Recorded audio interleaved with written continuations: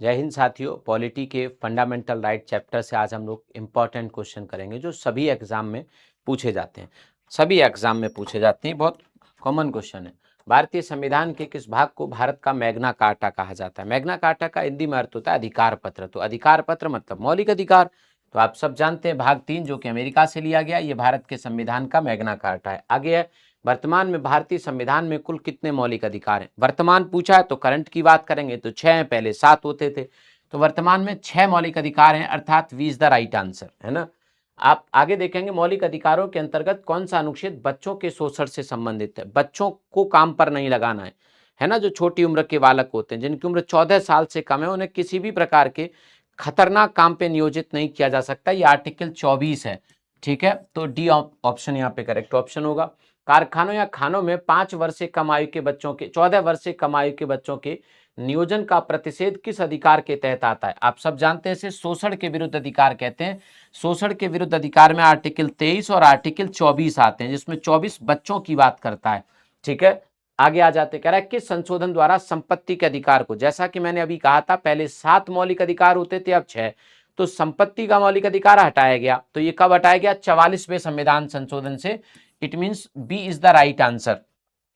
आगे, doctor B R Ambedkar ने किस अनुच्छेद को संविधान का हृदय और आत्मा कहा था? तो डॉक्टर बी आर अम्बेडकर ने भारत के संविधान के आर्टिकल 32 को, जिसमें संवैधानिक अधिकारों का उपचार, कि भैया हमारे मौलिक अधिकार का हनन हो रहा है तो हम इसकी शिकायत सुप्रीम कोर्ट में कर सकते हैं सीधे जाके, और सुप्रीम कोर्ट तुरंत आदेश जारी करेगा हमारे मौलिक अधिकार लागू करवाने के लिए। तो सबसे इंपॉर्टेंट हुआ ना फिर, तो इसीलिए इसे संविधान की आत्मा कहा जाता है।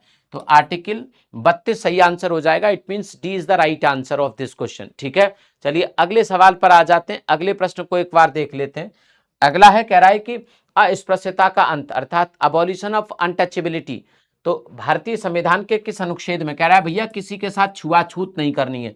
छुआछूत का मतलब होता है जाति आधार पर भेदभाव नहीं करना है, जातिगत अपमान नहीं करना है किसी व्यक्ति का, जातिगत सामाजिक या आर्थिक बॉयकॉट नहीं करना है किसी व्यक्ति का, जाति के नाम पर किसी व्यक्ति को मंदिर में प्रवेश करने से नहीं रोकना है, जाति के नाम पर किसी व्यक्ति को सिंचाई सुविधाएं लेने से नहीं रोकना है, जाति के कारण से किसी व्यक्ति को कोई भी आर्थिक क्रिया करने से नहीं रोकना है ना।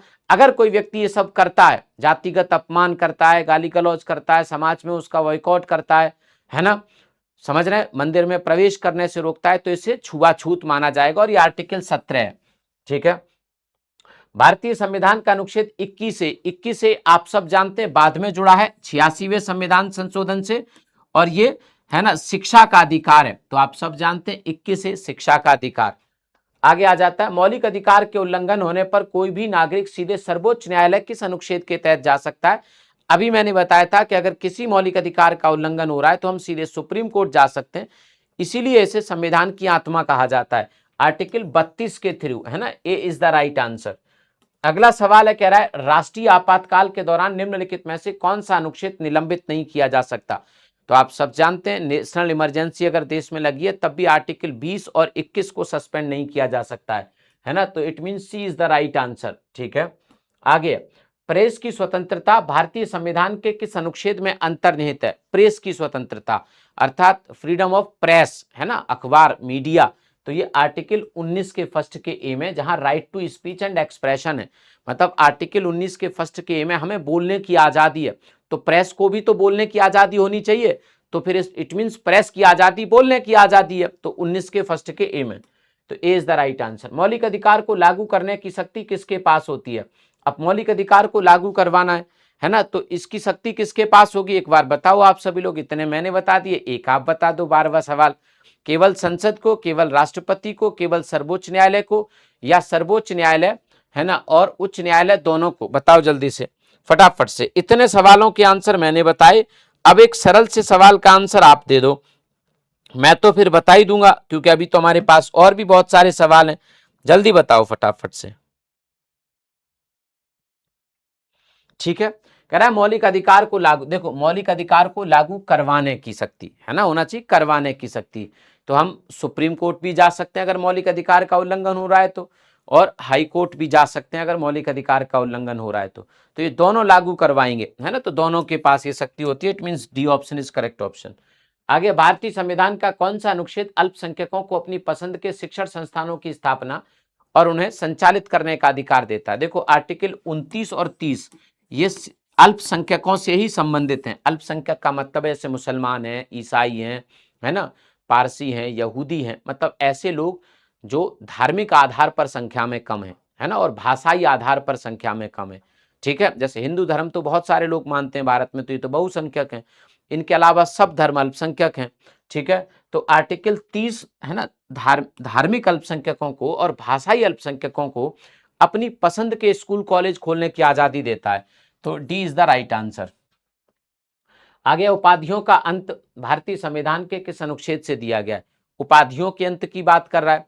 It means abolition of title की बात कर रहा है कि भैया अंग्रेजों के द्वारा दी गई जो उपाधि थी, किसी को राय बहादुर कहा था उन्होंने, किसी को नाइटहुड कहा था, किसी को कोई उपाधि, किसी तो कोई उपाधि अब इस्तेमाल नहीं करेगा, क्योंकि भारत में लोकतंत्र है, लोकतंत्र में सब बराबर होते हैं। तो आर्टिकल 18। आगे, मौलिक अधिकारों के अंतर्गत समानता का अधिकार में कुल कितने अनुच्छेद हैं?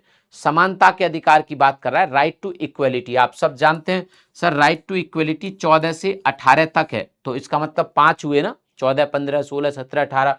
तो सी is the right answer.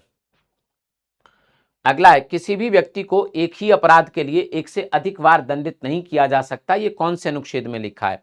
Article 20 में सेकंड, है ना, आर्टिकल 20 में सेकंड, है ना। तो आपका आंसर सही हो जाएगा ए ऑप्शन। एक अपराध किया है तो उसकी सजा एक बार मिलेगी, 2 बार नहीं मिलेगी। निजता का अधिकार किस अनुच्छेद के अंतर्गत एक मौलिक अधिकार? Right to privacy. आपकी कोई पर्सनल बात है, कोई प्राइवेट बात है, उसको लीक किया जाए तो ये गलत है ना आपके साथ।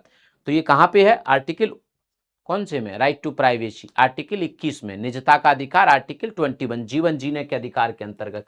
It mean C option. आगे आ जाते हैं, निम्नलिखित में से कौन सा मौलिक अधिकार केवल भारतीय नागरिकों को प्राप्त है, विदेशियों को नहीं? आप सब जानते हैं आर्टिकल 15, आर्टिकल 16, आर्टिकल 19, आर्टिकल 29 और आर्टिकल 30 ये सिर्फ भारत के नागरिकों को प्राप्त है, बाकी सबको। तो आर्टिकल 15 आ जाता है इसमें से, केवल भारत के नागरिकों को प्राप्त है। ठीक है, चलिए आगे आ जाते हैं। कह रहा है आप लोगों से, सर्वोच्च न्यायालय किस अनुच्छेद के तहत मौलिक अधिकारों की रक्षा के लिए रिट जारी करता है? अभी बताया, आर्टिकल 32 के तहत सुप्रीम कोर्ट रिट जारी करता है, आर्टिकल 226 के तहत हाई कोर्ट रिट जारी करता है। तो आर्टिकल 32, क्योंकि सुप्रीम कोर्ट पूछा है। मौलिक अधिकारों में संशोधन करने का अधिकार किसके पास होता है? तो मौलिक अधिकार में संशोधन भारत की संसद कर सकती है और कोई नहीं कर सकता। इट मीन्स पार्लियामेंट मौलिक अधिकारों में संशोधन कर सकती है।